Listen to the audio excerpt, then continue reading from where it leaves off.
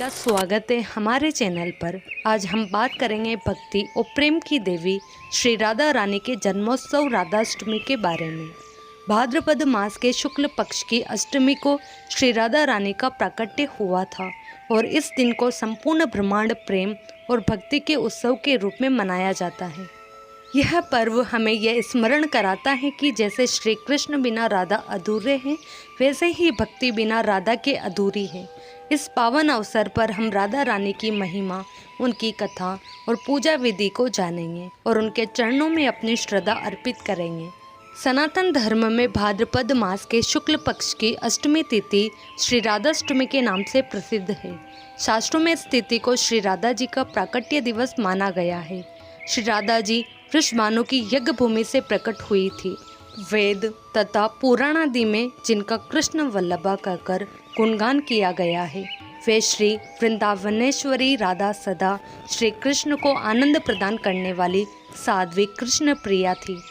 राधा अष्टमी कथा। श्री कृष्ण भक्ति के अवतार देवर्षि नारद ने एक बार भगवान सदाशिव के श्री चरणों में प्रणाम करके पूछा, हे महाभाग, मैं आपका दास हूँ, बतलाइए श्री राधा देवी लक्ष्मी है या देव पत्नी, महालक्ष्मी है या सरस्वती है? क्या वे अंतरंग विद्या है या वैष्णवी प्रकृति है? कहिए, वे वेद कन्या है, देव कन्या है अथवा मुनि कन्या है?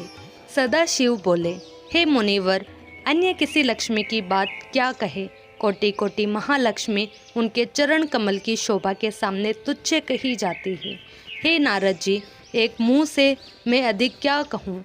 मैं तो श्री राधा के रूप, लावण्य और गुण आदि का वर्णन करने में अपने को असमर्थ पाता हूँ। उनके रूप आदि की महिमा कहने में भी लज्जित हो रहा हूँ। तीनों लोकों में कोई भी ऐसा समर्थ नहीं है जो उनके रूपादि का वर्णन करके पार पा सके। उनकी रूप माधुरी जगत को मोहने वाले श्री कृष्ण को भी मोहित करने वाली है। यदि अनंत मुख से चाहूँ तो भी उनका वर्णन करने की मुझ में क्षमता नहीं है। नारद जी बोले, हे प्रभु, श्री राधिका जी के जन्म का महात्म्य सब प्रकार से श्रेष्ठ है। हे भक्त वत्सल, उसको मैं सुनना चाहता हूँ। हे महाभाग, सब व्रतों में श्रेष्ठ व्रत श्री राधाष्टमी के विषय में मुझको सुनाइए। श्री राधा जी का ध्यान कैसे किया जाता है, उनकी पूजा अथवा स्तुति किस प्रकार होती है, यह सब मुझसे कहिए।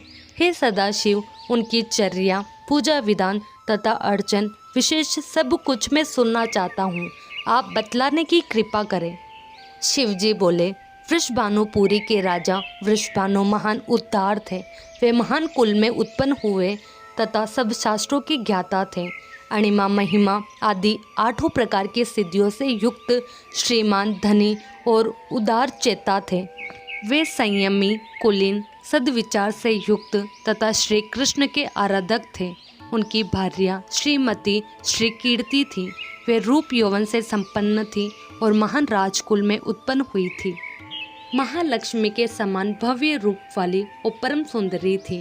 वे सर्व विद्याओं और गुणों से युक्त कृष्ण स्वरूपा तथा महापतिव्रता थी। उनके ही गर्भ में शुभ भाद्रपद की शुक्लाष्टमी को मध्याह्न काल में श्री वृंदावनेश्वरी श्री राधा जी प्रकट हुई। शिव जी नारद जी से कहने लगे, हे मुनिवर, जब भाद्रपद शुक्ल अष्टमी के दिन दोपहर के समय वृषभानुपुरी में राधा रानी प्रकट हुई, तब संपूर्ण नगर दिव्य ज्योति से आलोकित हो उठा। उस समय आकाश से देवगण पुष्प वृष्टि करने लगे, गंधर्व गान करने लगे और अप्सराएं नृत्य करने लगी। वातावरण इतना मंगलमय हो गया कि हर दिशा से राधे राधे की ध्वनि सुनाई देने लगी। लेकिन ध्यान देने योग्य बात यह है कि राधा जी जन्म के समय अपनी आंखें बंद किए हुए थी। कोई भी उनके नेत्र नहीं खुलवा पा रहा था। राजा वृषभानु और रानी कीर्ति भी चिंतित हो उठे। तभी नारद जी वहाँ पधारे। उन्होंने राजा से कहा, राजन, चिंता मत कीजिए, यह कोई साधारण बालिका नहीं है। यह स्वयं भगवान श्री कृष्ण की अल्लाहदीनी शक्ति है। इनकी आंखें तभी खुलेगी जब श्री कृष्ण अपने कर कमलों से इन्हें स्पर्श करेंगे। कुछ समय बाद नंद बाबा अपने पुत्र श्री कृष्ण को लेकर वृषभानु के महल में आए। तब श्री कृष्ण ने अपनी नन्ही हथेली से बालिका राधा का स्पर्श किया। तभी राधा रानी ने अपनी आंखें खोली। पहली बार उन्होंने जिनको देखा वे स्वयं श्री कृष्ण ही थे। राधा रानी का स्वरूप अद्वितीय है। वे केवल लक्ष्मी, सरस्वती या पार्वती ही नहीं बल्कि स्वयं श्री कृष्ण की आह्लादिनी शक्ति है। श्री कृष्ण और राधा दो नहीं, एक ही परम सत्ता के अभिन्न स्वरूप है। राधा प्रेम की अधिष्ठात्री देवी है और भक्ति की मूर्ति है। इसलिए तीनों लोकों में राधा जी के जन्मोत्सव को महान पर्व के रूप में मनाया जाता है। हे मुनिवर, यही कारण है कि राधाष्टमी का पर्व इतना महत्वपूर्ण है। राधा के बिना कृष्ण का नाम भी अधूरा है और कृष्ण के बिना राधा का अस्तित्व भी पूर्ण नहीं है।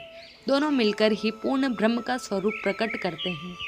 शिव जी ने अंत में कहा, हे नारद, राधाष्टमी का व्रत सब व्रतों में श्रेष्ठ है। इस दिन जो भक्त राधा कृष्ण की आराधना करता है वह समस्त पापों से मुक्त होकर भगवत प्रेम की प्राप्ति करता है।